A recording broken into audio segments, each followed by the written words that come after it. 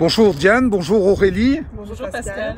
Alors nous sommes réunis aujourd'hui à Lieusaint en Seine-et-Marne pour la finale régionale scolaire et j'ai le plaisir d'avoir en interview deux institutrices de Vitry-sur-Seine. Et est-ce que vous pouvez tout d'abord vous présenter et nous indiquer combien d'enfants sont parmi nous aujourd'hui? Alors Diane. Voilà, Diane, je suis coordinatrice d'Ulysse sur l'école et je me suis chargée d'entraîner les 4 élèves que nous avons qualifiés. 4 élèves sont présents aujourd'hui alors. Absolument. Superbe, c'est un beau résultat. Donc là, les enfants sont en train de disputer la seconde partie. Le suspense est entier. Je sais que vous avez hâte de connaître le verdict, savoir s'il y aura un enfant qualifié pour la finale qui a lieu au mois de mai à Paris. Aurélie, alors que penses-tu du Scrabble comme outil pédagogique? J'ai affaire à 2 enseignantes. Est-ce que tu peux me donner ton appréciation? Écoutez, nous on a vraiment apprécié ce projet. C'était très porteur, les élèves étaient très motivés. Ça leur a permis de travailler les notions d'orthographe en même temps et de jouer, donc apprendre, jouer en même temps. Une approche ludique. Exactement, donc, tout ce qu'on essaye de faire et ils ne se rendent même pas compte qu'ils travaillent, ils ont l'impression que de jouer, du coup c'est vraiment motivant pour eux. C'était challengeant, on a fait participer le cycle 3, donc tous les CM1 et les CM2 ont participé. Alors ça représente combien d'élèves de Vitry dans cette école? Combien d'élèves? 200 et quelques. Un peu plus de 200 élèves. Il y avait 8 classes en tout. Super. Et voilà, et les enseignants étaient très motivés aussi, tout le monde a joué le jeu, a participé et on était vraiment très contents de voir qu'on arrivait à apporter 4 élèves jusqu'à cette épreuve, ce stade-là. Et on espère qu'on en aura un. Monsieur Barbie, on pense à vous. Ben voilà, c'est le clin d'œil est passé.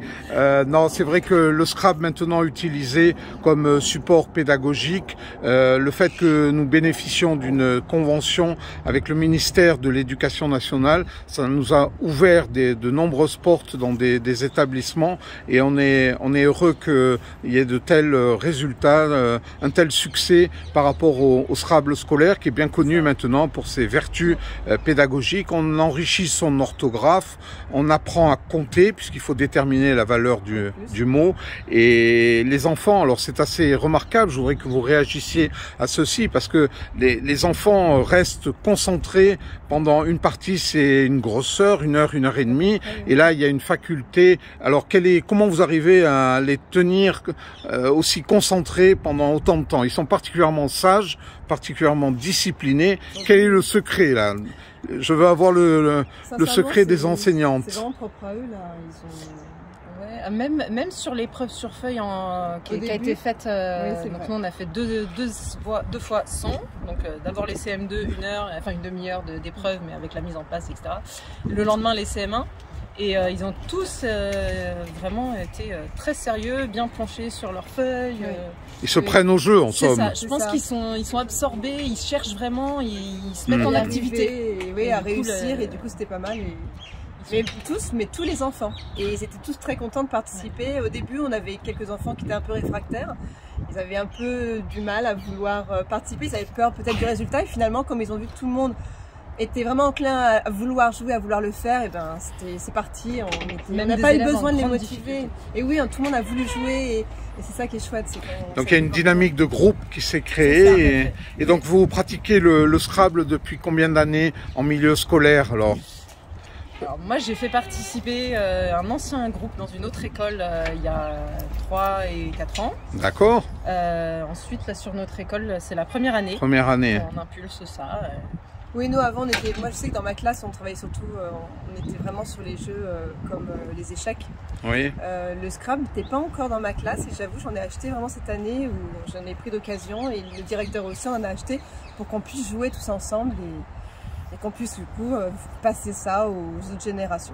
Alors j'ai envie en vous entendant là, il me vient une idée, je vais vous promouvoir toutes les deux ambassadrice du Scrabble, parce que vous portez la bonne parole et nous en sommes ravis. On a besoin de relais locaux comme vous. Effectivement, le Scrabble scolaire est en plein développement. La fédération fait beaucoup pour promouvoir cette discipline auprès des enfants, et effectivement il y a quelques résultats déjà que l'on a obtenus. On en est bien évidemment ravis, et votre rôle est essentiel pour nous aider à promouvoir cette discipline. Alors, on va avoir un badge alors. Ben, pourquoi pas, tout est possible. À partir du moment où on est classé dans la catégorie des ambassadeurs, il faut qu'il y ait un signe distinctif, le badge ou tout autre signe. Enfin, on va réfléchir à la question. Moi, je vais vous trouver une solution. Alors, Diane et Aurélie, un grand merci à vous pour cette petite interview qu'on va retrouver sur la chaîne YouTube de la Fédération française de Scrabble. Et donc, encore merci pour cette action que vous faites, et au plaisir de vous revoir, peut-être à Paris pour la finale nationale. S'il y a des enfants de Vitry, comment appelle-t-on les habitants de Vitry? Les Vitriots et Vitriotes. Et alors, est-ce que vous saviez que ce mot est jouable au Scrabble? Voilà. Donc, c'est pas de Y. Raté. Non, il n'y a pas de Y, mais V-I-T-R-I-O-T. Donc, merci à nos deux Vitriotes, ambassadrices du Scrabble, et que j'ai été ravi d'interviewer. Merci Diane, merci Aurélie. Merci pour l'organisation en tout cas, parce que c'est vraiment bien tout ce que vous faites, et tout ce qui est autour de ça, le fait que vous preniez du temps, le week-end ou le mercredi, pour organiser tous ces différents moments. Voilà. Ben, les bénévoles seront sensibles à ces derniers mots de conclusion. Alors, à très vite. Bye bye. Merci. Au revoir. Au revoir.